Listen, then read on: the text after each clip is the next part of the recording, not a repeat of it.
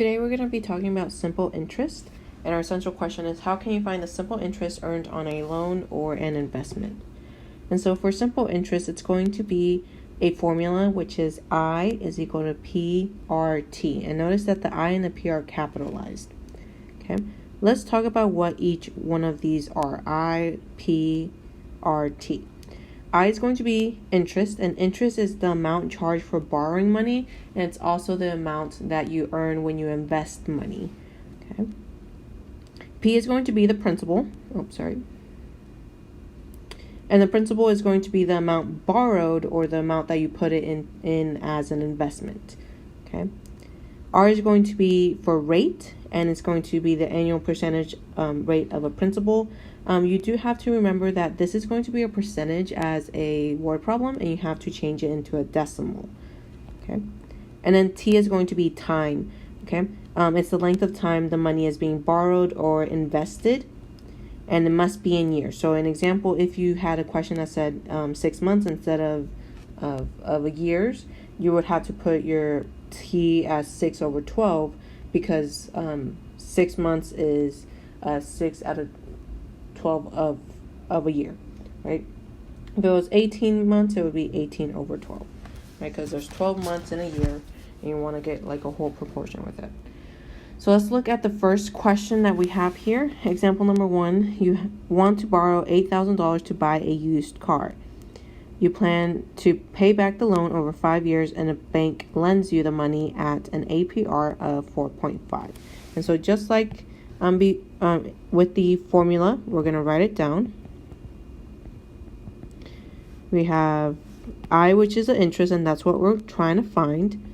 P for principal, R for rate, and T for time. Okay.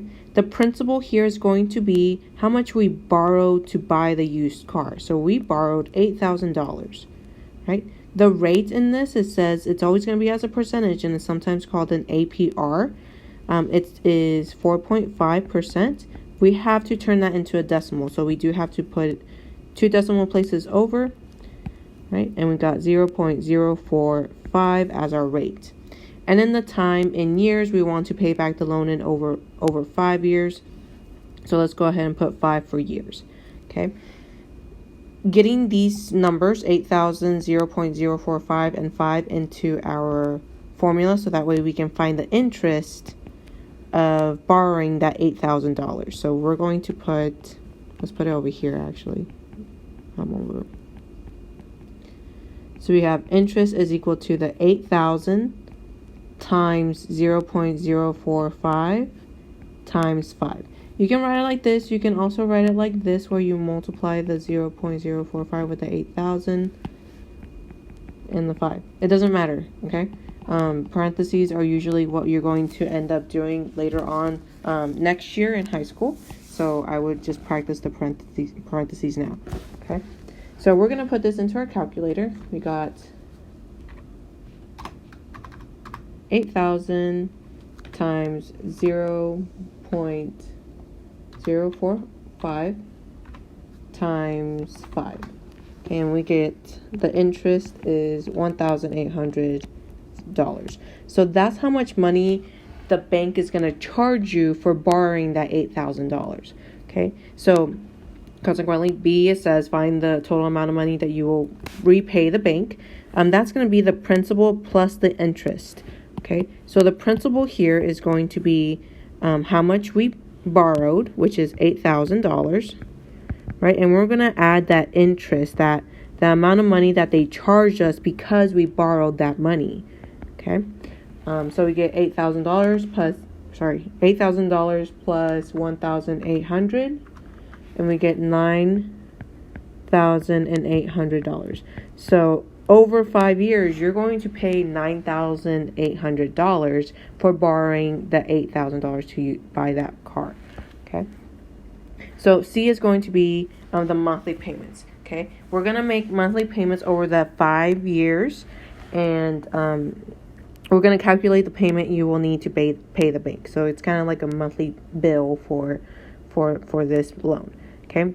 We're going to get the total amount owed right here, and we're owing $9,800. And we're going to divide by the total number of months. So we have 5 years. That is equal to 60 months, right? 12 months in a year, and we got 5. So 5 times 12, that'll give us 60.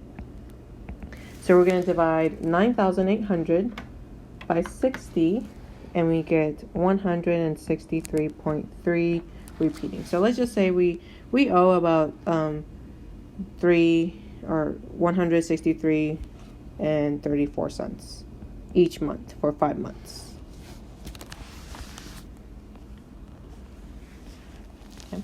Let's look at this question. It says Cameron puts $2,200 into a savings bonds that pay a simple interest rate of 3.4%. How much money will the bonds be worth in 5.5 years? So for this one, we are not going to be borrowing money. We're actually investing money. So savings bonds is going to be something that you can put into a bank or an investment company, and you put in money, and then it accumulates interest, and that money can double within a few years. Okay, so that's what you would call an investment, right? So let's look at this question. So we got our formula. We got PRT. Our principal is going to be that $2,200. That's what we're putting into our investment. Okay. Our rate is 3.4%, and we need to make that as a decimal, so we have 0.034, and our time is 5.5 years. Okay, so we have our I is equal to 2,200 times 0.034 times 5.5. Okay, so we'll put that into the calculator. We got 2,200 times 0.034 times 5.5. And our interest is going to be 411 with 40 cents. Okay, it says how much money will the bonds be worth in 5 years? So we're going to put, this is how much interest. So that's how much simple interest it gained in those 5.5 years. So we're going to get the principal, and we're going to add the interest with it to get the total amount of how much that bonds grew within 5.5 years. So you got 2,200 plus 411 and 40 cents, right? And we should get our total amount of bonds in 5.5 years is $2,611 with 40 cents.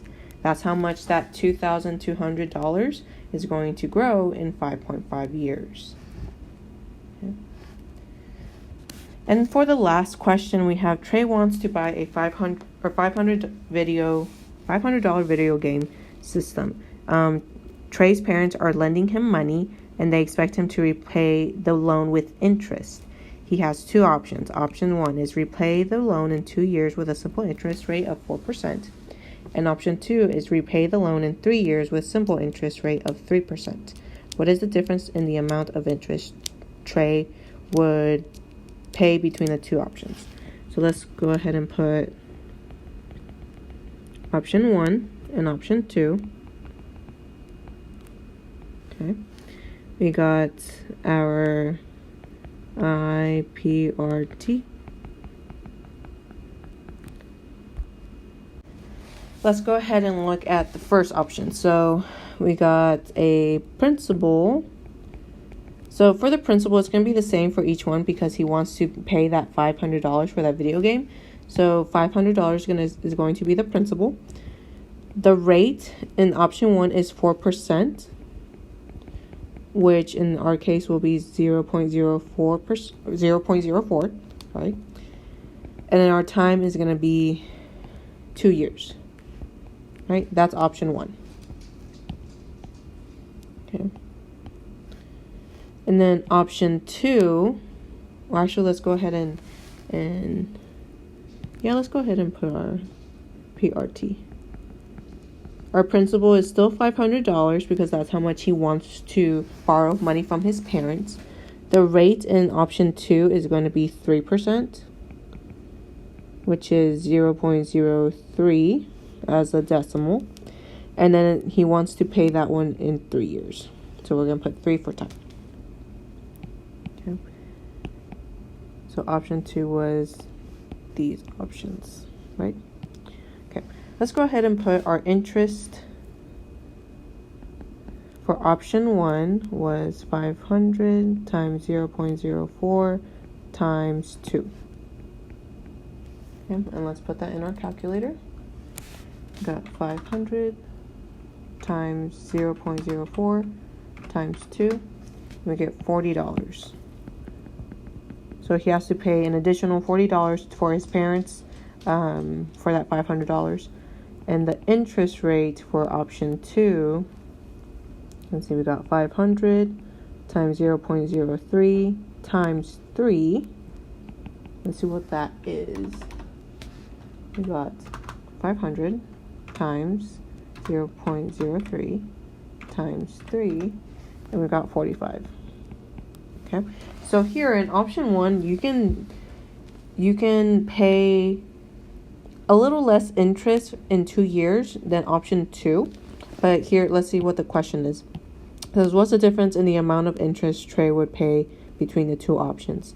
So the difference would be $5 within 1 year, right? So it just depends. Here, let's do the interest rates we have, or actually let's do the entire thing. So in option 1, the entire, or they're just looking for interest. So let's just do 45 minus 40. That's 5. Option 2, you're paying $5 more, right? So for as a person that wants to borrow money, the better option would be option number 1, because in this case you would just pay 500. After 2 years, you'll just pay $540 in total, and in option 2 you will pay $545 in 3 years. So always go for the cheapest option if you're borrowing money.